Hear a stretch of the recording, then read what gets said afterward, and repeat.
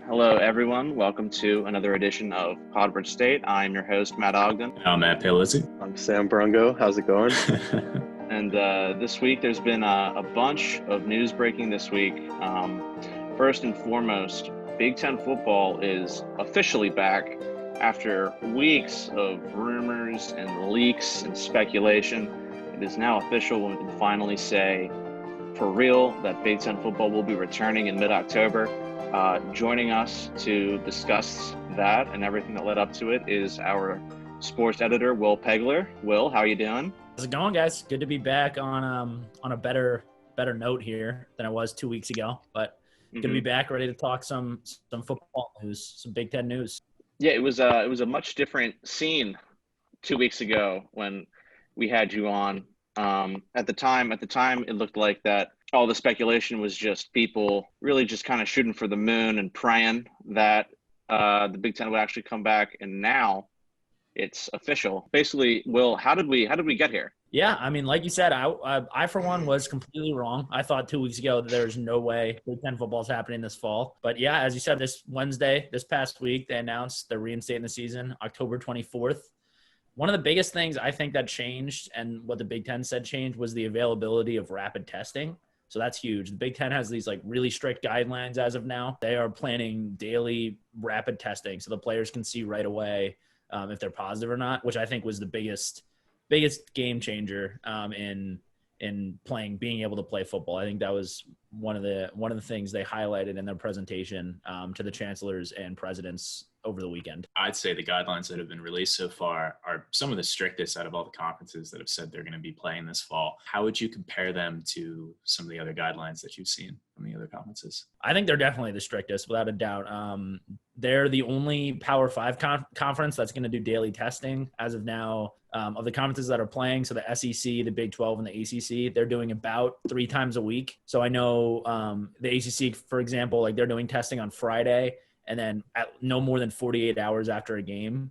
But the Big Ten, I mean, they're the only conference doing daily testing. They have some really serious guidelines on managing cardiovascular health, but they're going to be really strict on, monitoring heart rates and things like that. And also with their different settings kind of for how bad things get. So they have green, orange, and red. Red being the worst, that's more than 5% of the team is positive for the coronavirus. So if you're red, that pretty much is a complete shutdown of activities. So things like that. They have some really clear rules on if or when teams start to get cases, how they're going to handle it, which I think is really good to hear. This reversal came as a shock to some, others not so much, because they've been talking about it for weeks now, especially considering because Kevin Warren released a statement saying that this fall sports postponement would not be revisited. So what do you think changed with that? Do you think it was just the pure outrage and criticism from the coaches, players, parents of players, fans, etc.? Well, I think obviously after some of the outrage happened, like you said, Warren put out that statement and basically was it's not getting revisited. I think some of it, or a lot of it, was just the science. I mean, the ability to have more effective and quicker testing is huge. But also, I mean, for me personally, watching college football this past Saturday, it sucked to think the Big Ten wasn't going to play. So I think we'd be crazy to say that didn't play any role. I mean, just watching, it was the ACC and the Big 12 both had games. So watching them play, I got to think at least some of those administrators in the Big Ten were thinking dang, I wish we were playing some football, and maybe that helped inspire them to revisit things. I know the rumors kind of started on Twitter right before that weekend, and then things really got going, obviously, the middle of this past week, and then leading into Wednesday morning when the news was officially announced. Yeah, and you're talking about that pressure, one of the biggest college sports conferences not playing, and then you have all the other big conferences saying that they are, and that puts so much pressure and attention on the ones that aren't. How much do you think that affected the Big Ten's decision to get back into the ring? I think it probably played a pretty good role. I mean, the Big Ten is obviously considered, like you said, one of the best college athletic conferences. I mean, it's arguable who's better, the SEC or the Big Ten in football specifically. Probably the SEC, but still the Big Ten's up there. But But yeah, the Big Ten, I mean, is one of the premier college football conferences, and to think that they were going to be the only one, along with the Pac-12, not to play would be pretty crazy. So I think like you said, peer pressure probably did play a bit of a role. I know Sandy Barber, she had her press conference on Thursday this past week, along with James Franklin, and she said she couldn't even watch college football over the weekend. So I think she didn't even want to think about it. So I think that goes to show people really wanted to see the Big Ten play football this fall. Yeah, I mean, of course, this is coming right off the heels of the big announcement that State College is America's second fastest growing coronavirus hotspot. Of course, now I think more recent data puts it more at number 5, but still, it seems like a very awkward situation when we're still going through this pandemic, and now we're supposed to have this really good news, but it's coming to this area that's being hit really hard. Yeah, I mean, it's tough to kind of know how to feel, because it's the news came out the same day. I think that New York Times report came out on Wednesday as well. So, it's exciting. Yeah, football back, it's a big deal. But, I mean, the fact that State College is number 2 or number 5, a top 10 fastest growing city in the country for COVID, I mean, it's a kind of a strong reminder to we're not done with this. And even though football is back, we still got to be careful, and the players and the coaches especially too on the field got to be careful. Just to piggyback off of that, I think that when you look at that chart, it was based on per 1,000 or per 10,000 people. And then if you look at the places that are above and right below State College, it's a lot of college towns. So I think that that's an issue that a lot of people are dealing with right now. And I think one of them was where the University of Indiana, so they're kind of in the same boat as us too. So it's kind of a tough situation.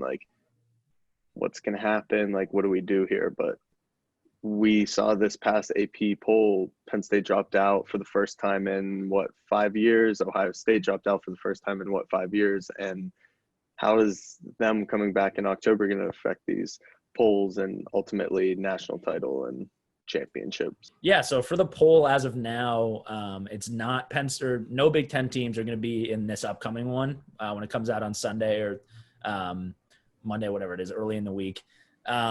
But they're saying as of now, I mean, in their statement, they're saying they're going to be able to play in the playoff if they qualify. It's going to be a 9-game season, so they finish December 19th. So it's conference championship weekend for the Big Ten, and also several. The rest of the Big Ten is going to play too. They're going to match up seeds from the East and the West.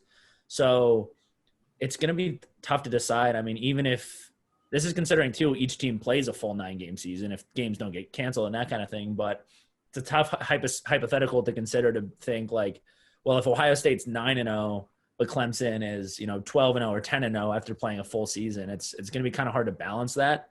And like I said too, it's 9 games in 9 weeks, so injuries are going to play a role, and also just the virus is going to play a role. I don't know. I mean, if games get canceled, they're not going to be able to reschedule because it's games all on top of each other throughout October until December. So right now they're saying it's not going to affect the playoff, or, it's not going to affect their standing in the playoff, but I don't really know how it won't. I feel like it has to, if you're playing fewer games and if games get canceled, and it's just going to naturally affect how teams compare against somebody from the SEC, like an Alabama or a Clemson, and the ACC powerhouses like that are playing more games already. So it's going to be interesting to see how it plays out, definitely. So bridging off of that to out-of-conference scheduling, what can we expect this season for out-of-conference play for Penn State? Obviously, things have just been thrown for the ringer. I mean, most of the time out-of-conference games are scheduled 10 years in advance, getting these multi-year series, and now suddenly all that's kind of been thrown out, and now teams are struggling to find matchups. What can we expect for Penn State in that area? Well, yeah, Penn State was set to play Virginia Tech. Obviously, that was one huge out-of-conference game this fall. That's not going to happen. But right now, yeah, it's just going to be Big Ten. So I don't know how that rescheduling works if they move it back to another year. Like you said, also, that's an issue. Penn State already has their out-of-conference or their full schedule set, I think, until 2024, 2025 already. So in terms of rescheduling, I don't know if that happens. I don't know if teams get reimbursed, the smaller schools that come and play. I'm not sure as of now how that works, but right now Penn State's just looking at an all Big Ten schedule, which will be interesting. I mean, it's 9 games against just the Big Ten, so obviously they'll play everybody in their division, and then they'll play some teams on the other side. Will, I want to ask about player availability. because as we know, just about everyone from Ohio State is coming back to play, including Justin Fields, which is a shocker to some. In Penn State news, Pat Fryermuth recently announced that he is coming back to play, which went against the various rumors that were swirling around that he was going to skip the season and enter the draft. But however, there's one Penn State player that opted out and is still opted out, but might have dropped a hint on Twitter a day or two ago. So what's the deal with player availability, and what's the deal with Penn State standout Micah Parsons? Yeah, so like you were saying with the Fryermuth situation, that was obviously pretty weird because he never did. Obviously, there was a report that he did opt out. He said when he crashed Franklin's press conference on BTN this past Wednesday and said that was never true. He's fully back, so that was kind of a weird situation, but great to see that Fryermuth is back. Obviously, a really probably one of the top tight ends in college football. And then with Micah, the other issue with him is he has signed with an agent and is kind of already doing draft prep. So from what I've heard is he's going to have to jump through a lot more hoops to get back into college football, which I'm not to say he won't do that. James Franklin said on his press conference Thursday, the day after the Big Ten reinstated the season, that the door's open and he's going to do what he's already been talking to him a little bit, he said, and he's going to do what he can to do what's best for Micah. What's best for Micah, I don't know. With general player availability, it seems right now that it's like a pretty fluid thing. There's been no other news of players opting out. Obviously, Micah is the most notable one who's opted out, but it could be kind of a fluid thing throughout the season. James Franklin, the head coach, is being very willing to let players do whatever they want, whatever they're comfortable with. If they have family members that are more vulnerable to the coronavirus, maybe they'll opt out. But I haven't heard news on that yet, but I'm assuming it's going to be a factor throughout the season, along with guys just getting it in general, like we talked about. Will, obviously you're more than just our football editor. What are we looking at beyond just football for fall sports in the Big Ten? Have we heard anything about that yet? Well, I know for the winter sports, basketball as of now is set to start at the normal November 25th date. Hockey is delayed. I know that, but it'll start, I guess, at a later date this winter. For other fall sports, Sandy Barber mentioned that a lot of the championships have been rescheduled to the spring already by the NCAA, not by the Big Ten. So that kind of throws a wrench into things for them actually playing in the fall. It wouldn't really make sense to like play a season and then you have your championship in the spring. So I think a lot of them, unfortunately, are going to be delayed. I don't know specifics for each one. I don't know if, maybe women's soccer will come back and another one won't. We're not aware of that yet. But as of now, I think a lot are going to be delayed to the spring. So to wrap it up, I want to ask one final question just about 684 new cases this week. So should the players and the students and the fans be confident in the school and the football program's ability to keep both players and students safe? As of now, considering the Big Ten's precautions, I would say yes. At the beginning of all this, it's when Penn State would release their athletics numbers for positive coronavirus cases, not just football, just general sports that were on campus, they were looking really good. Obviously, those numbers are rising now just because numbers on campus and in State College, like you guys said, are just rising. So that's going to happen. But if I were a Penn State football player, I would personally feel pretty confident. I mean, if you were getting tested every day, you're seeing whether or not you're seeing your results right away. It's rapid testing. And if you do test positive, you're not playing or practicing for 21 days. So that's a pretty good incentive to, be careful, I think, and not, wanting to risk that. I mean, that's 3 weeks of your season. That's a third of your season already with just 9 games. So I would say yes. I think these precautions are pretty strong, and I personally feel pretty confident in them. Penn State football says that no fans or tailgates will be allowed for this reinstated season. Big bummer, I think, for a lot of people. Obviously, tailgating is a huge part of the fan culture. It's rare to see a Beaver Stadium Sunday without a massive amount of cars, RVs, and just people in general around there. So, Will, how much do you think that's going to affect the vibe around the stadium, or do you think people are used to sort of the reduced fan experience that comes with sports nowadays? It's going to feel weird. I feel like I was trying to think about a time where the Beaver Stadium isn't, completely full during a game. Maybe like the end of the blue-white game, something like that's the only thing that's the only comparison I can think of. But like the most empty I've seen Beaver Stadium when football is actually being played. We were talking about it a little bit before we started recording, but Sandy Barber said, like, unequivocally, like you said, no tailgating, no fans in the stadium besides possibly families, if they can figure that out. I don't know how they're going to enforce that. I mean, it's hard to imagine people aren't going to try to, like, have a few beverages and throw the football around before a game on a Saturday, especially if you can just do it in an empty parking lot. I'm not condoning that. I know that's not the rules, but it's hard to imagine that it won't happen a little bit. I don't know how Penn State's going to enforce that. I don't know if they're going to have a like huge police presence on football Saturdays, have them like driving around and like telling people to get back in their cars and drive away. It's going to feel weird though, especially if the stadium is completely empty. If families aren't even allowed to go, it's going to feel pretty odd. So, Will, thank you again so much for coming on. And next time we talk to you, we'll most likely be, if not sooner, but we'll most likely be talking about Penn State's Week 1 matchup. Thank you guys very much for having me on. Glad I could talk about some more positive football news rather than just cancellations and rumors. All right, that was our Big Ten talk. Now to shift gears a bit, we are now joined by two Onward State staffers who had to quarantine. One quarantined in Eastview Terrace, and then one quarantined in her apartment. Please welcome to the podcast, Teagan Staudenmeier and Grace Cunningham. Teagan tested negative and Grace tested positive. Fun stuff, but they are both doing well now.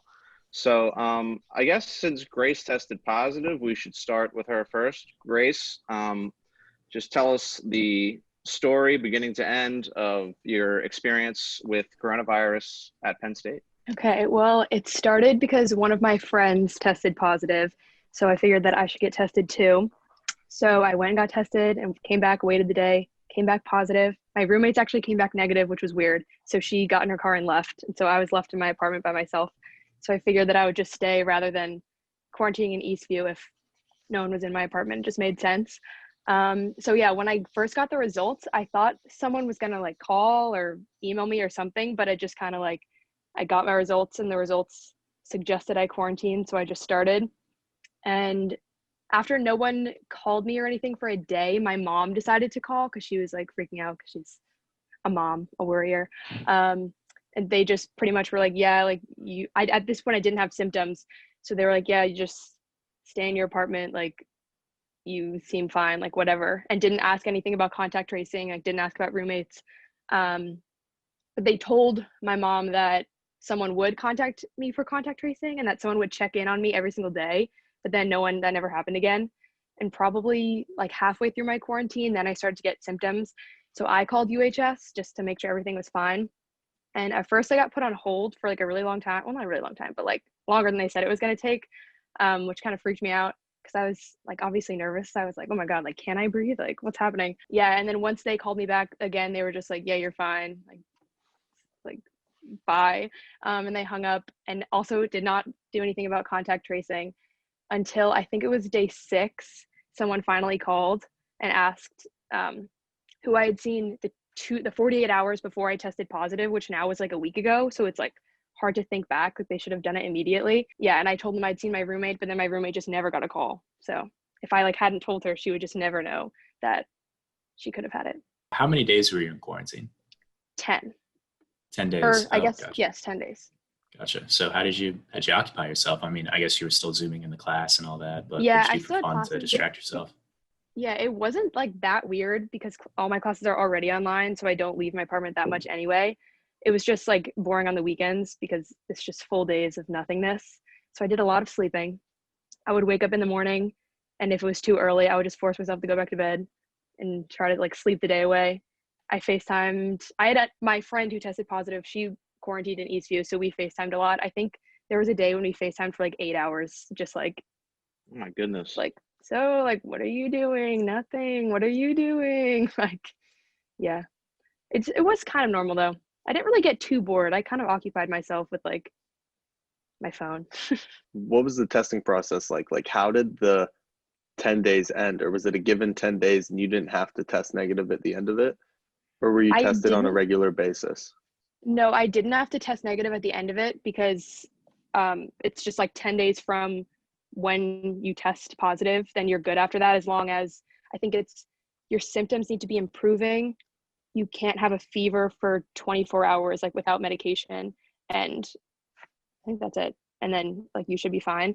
But yeah, so I got tested on, I think it was like a Monday or Tuesday, and then 10 days after that, so it was September 11th, I believe I got out. So I guess you were fighting it the whole time. What advice would you give, somebody who was in your shoes, they just get a positive test back, they're feeling scared, they're starting to feel sick. What advice would you give to them to help ease their tension? Yeah, I guess just like call your doctor and then tell them your symptoms, like see what they say. Definitely like immediately tell people that you've been in contact with, because it takes so long for Penn State to do it, and like they sometimes don't even do it. So yeah, I guess just like don't freak out.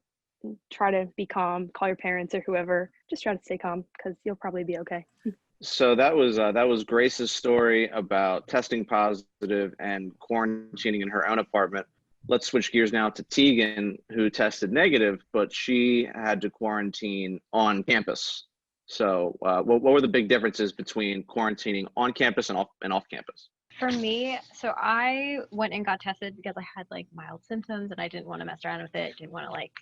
Wasn't in contact with anybody who wanted to be safe. And when I was tested, they were like, "You're living on campus?" I was like, "Yeah." And they're like, "Well, then you're isolating in Eastview." And I was like, "I don't even know if I'm positive yet. Like, I don't." And so that was pretty weird. And then I had to like pack all of my things and walk them 20 minutes across campus. And that was not fun and very awkward, I would say, because you're kind of like this magnifying glass is on you as you're like hauling 14 days worth of clothing and like all of your books. And so that was pretty sucky and very stressful because it was already not a good day. Like you're going to get tested for COVID. You have to stick a thing up your nose and have nurses tell you to go isolate, and you had no idea. So it was not fun. Eastview, I'm sure when Eastview is filled with like things that have people have it decorated and it looks all nice, it's probably this great place, but it felt like a little jail because they sort of just like ushered me in there. They didn't say anything really. Like they were just like, I had to like call this number for the people that had eventually reached out to me. That's the other thing. She's saying timeliness. Like they are not like on time with things. When I went and got tested, it took them like 3 or so hours for me to actually get to Eastview or to like figure out what was going on with that. And when I got in there, like the woman who had walked me to my room, she was just like, "Did you eat dinner yet?" I was like, "No, nobody's asked me like what I eat either." And so she just sort of like ushered me in the room. I was given food I couldn't eat, and nobody called me until like late that night about dietary restrictions, and it still didn't get better until the following day or so, even though I had made people aware. And so that was really irritating. And then being in Eastview, it was fine. Like I would say, like you have your own shower, you have a bathroom, a desk and bed, and they do give you sheets and like a blanket, but the sheets that I had been given were like very stained and like very just like uncomfortable looking, and I had to like double layer them just so that they were kind of like some form of thickness over the mattress, and it was just very like not comfortable. And there was like a stain on the floor that was like sticky, and I was like, okay, it looks like they didn't even clean in here at all. I hope someone who had like COVID who tested positive wasn't in here before me, because it looks as though this place hasn't even been like swept. There's like bug carcasses in the bathroom and like just like gross stuff that like you really don't want to have going on when you're fearful that you might have the coronavirus. And so I was in that room for about like 5 days because my test results didn't come back for a long time, and Wow. I couldn't reach anyone about the information. Like I called UHS, and even getting out of there was a mess. Like people were like, "Oh, yeah, your info about your negative test didn't get pushed forward in our system," and like student services, they couldn't get me out of there, so like my key card would work in my dorm building. And they're like, "Did anyone from contact tracing contact you?" And I was like, "Nope, not the whole time I was in there." There was like no wellness checks, like nobody had called me.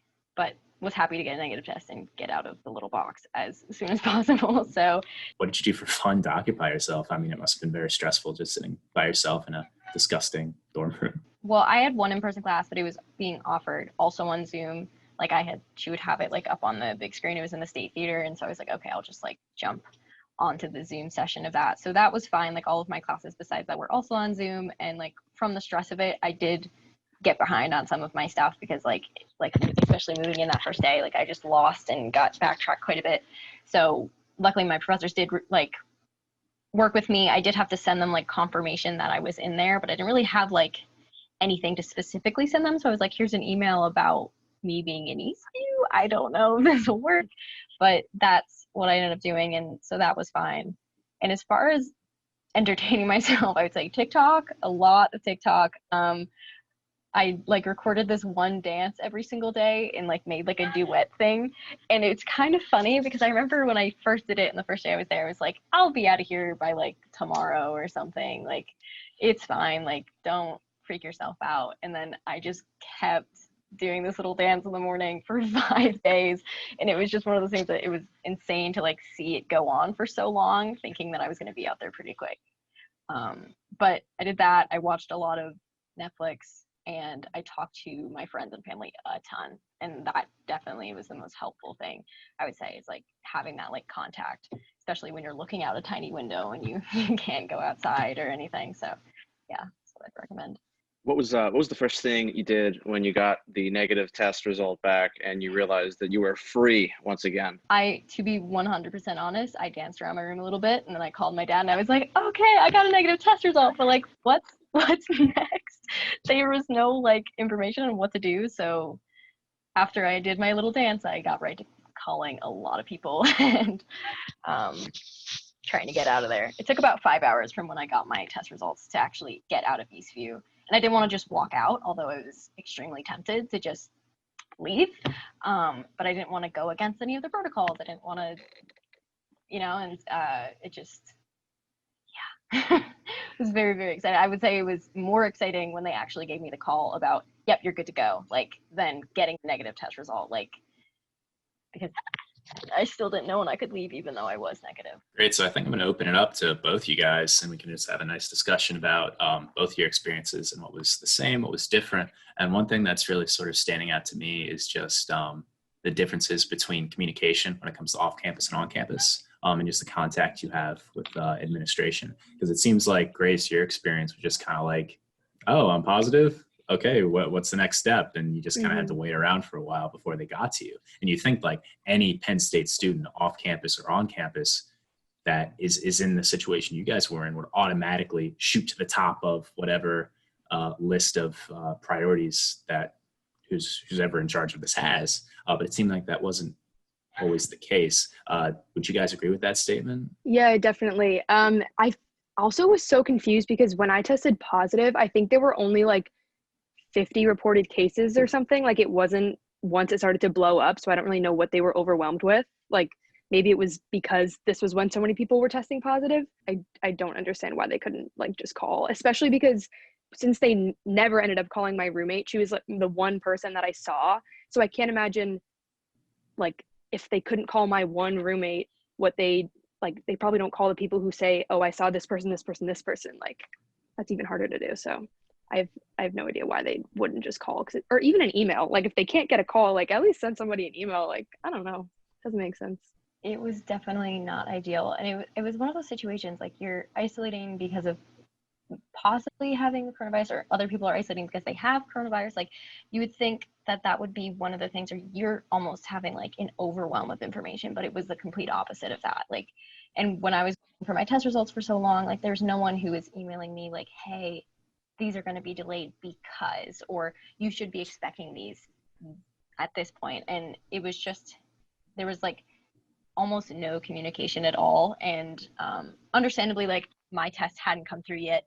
I did end up getting a negative. Like, there should be more attention being given to people who are positive for the coronavirus, but even hearing that they weren't doing that or not doing contact tracing, it just feels like the communication, they're just overwhelmed. Like, there's just too much going on, and maybe there's just not enough people handling it. Yeah, I mean, and you think, I mean, both you guys obviously did the right thing. I'd say, I mean, getting those results back, and then, or I guess Teagan, you didn't get those results, but you still did the smart thing of taking that preemptive approach and being like, you know what, I'm starting to feel it. There's the potential for it. I'm going to do the smart thing and quarantine myself to protect myself and the people around me. But it seems like even though you guys did the right thing, you're almost like punished in a way for it being so difficult.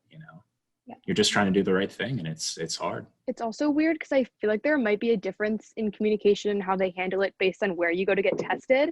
Because I had to get tested again yesterday in order to be able to go back to work. I need a negative test.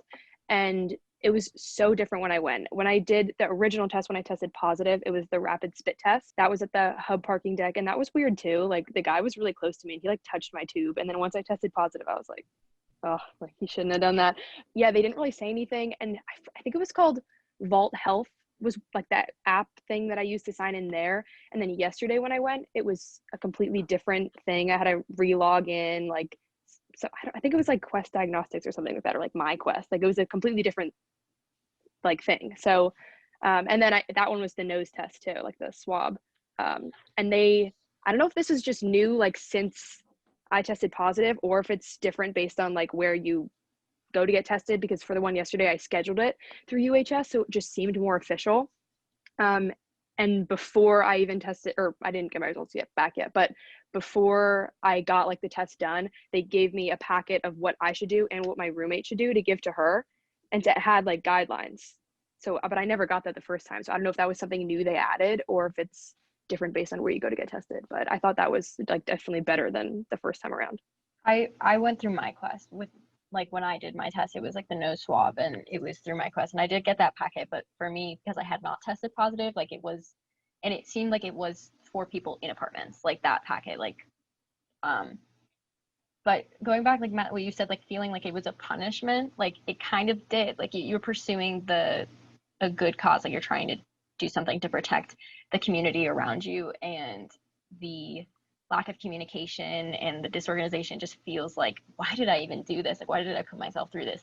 Other than what, like, and they should be being like, okay, like, thank you so much for doing this. We're going to help you out to the best of our ability. And I'm sure they are trying to help to the best of their ability, but there's just something that is creating too much friction in what they're trying to do.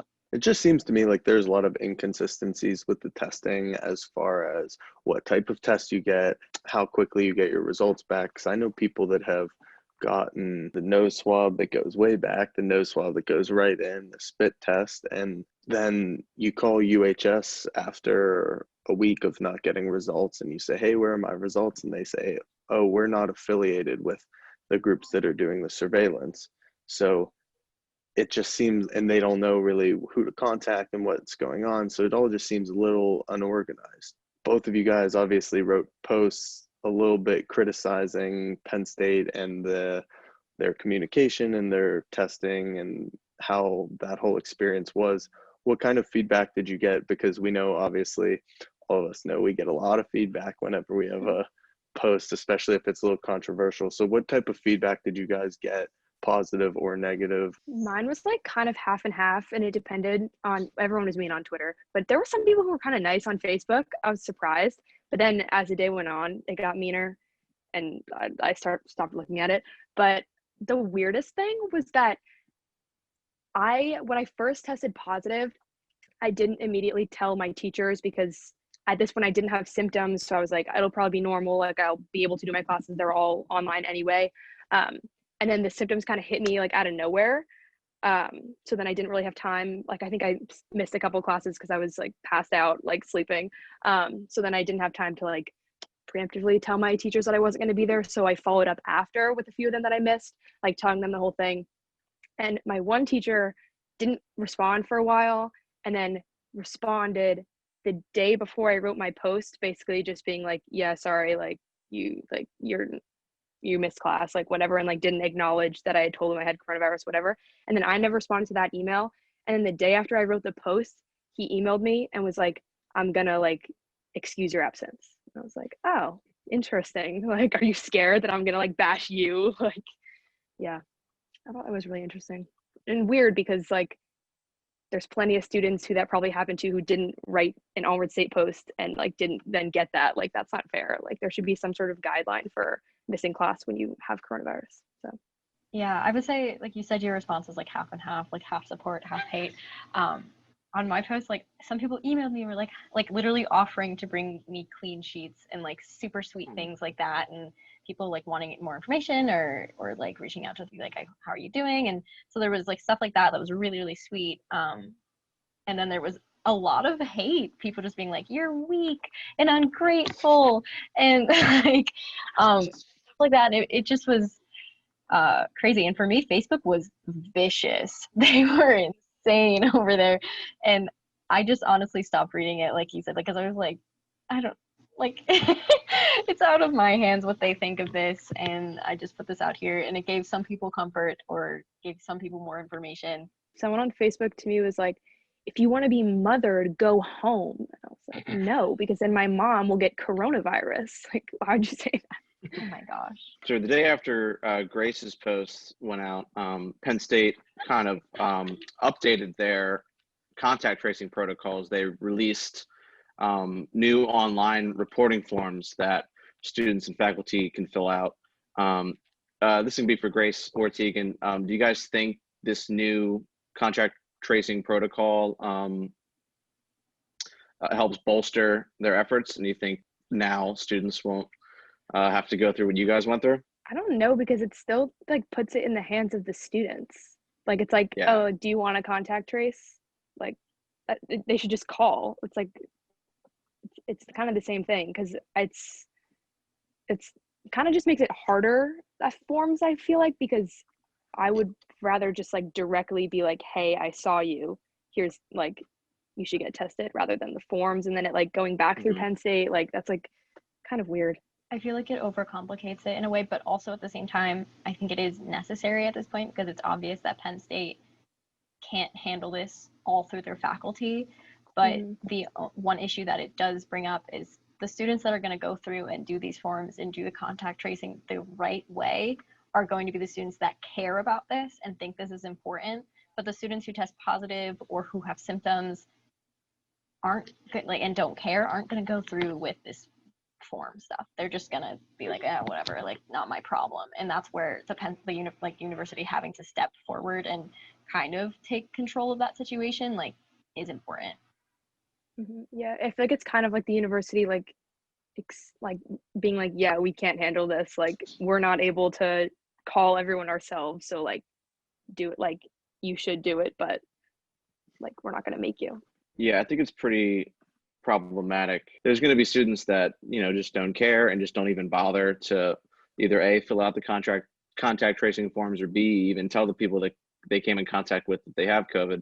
But on top of that, the new protocol, it doesn't really guarantee that Penn State's side of things is getting more efficient and better at actually reaching out to the students, because that was the problems that they've been suffering from in the first place. Yeah, and I mean, also just what I'm thinking about is like, I mean, how much can Penn State do for people who are off campus? You know, Grace, you mentioned that you got those packets in the mail, and I think that's great. But still, it is kind of difficult for the university, I'd say, it's hard enough for them to regulate everybody on campus, but then you have this massive population of students off campus all around State College, and, you know, in the town and the community. And, you know, it's not like they have like a secret police or something that can like go around and patrol everyone. I feel like it's a really sort of difficult position. But then you'd also think that the university would have tried to figure out as much as possible before bringing students back. But no, instead it seems like they sort of put this MacGyver little program together and just brought the students back. Or like, if things go wrong, we'll try and find a solution. Like it seems very, you know, ramshackle almost. Yeah, I mean, obviously we have been very critical of Penn State in dealing with the coronavirus on this podcast and through our blog and stuff. But I just feel kind of like what you just said, like they didn't have a plan. They needed students back. They came up with this kind of half-assed plan. They're not testing enough. When people test positive, like Grace said, they are basically being like, hey, contact the people you knew, but we're not going to do it, so do it yourself.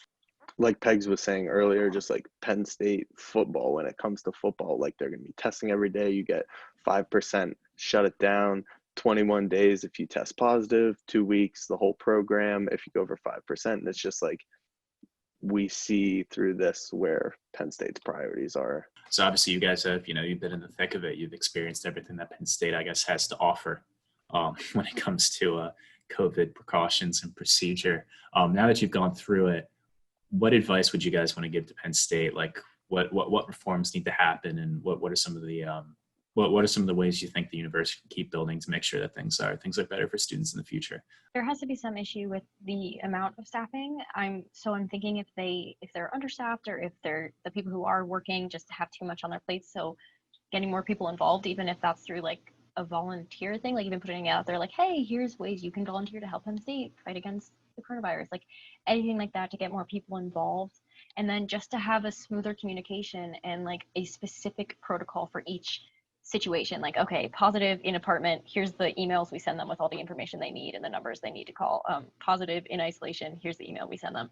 Negative, like stuff like that, just something that's straightforward so that students aren't having to jump through a lot of hoops and be the middleman of communication in something that should be smooth. I've heard some good stories with people where they were contacted every day, where there was contact tracing.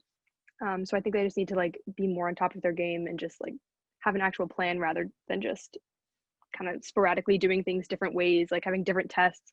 And also I think they need to like better say where you go to get what kind of testing, because there's some students who, weren't exposed but need a test for work or something. And then if they're getting tested at a place where there's all these students who were exposed, that's kind of weird, because then they could just go get exposed somewhere where they're trying to be safe.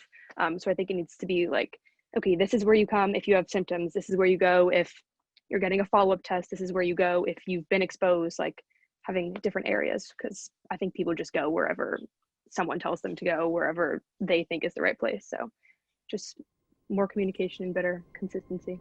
Grace and Teagan, thank you guys so much for sharing your story and being Penn State's guinea pigs in this trying time. Thank you for having us. Folks, thank you all for listening for this episode of Podward State. Be on the lookout for next week's episode coming up around Wednesday. See you on the flip side, folks.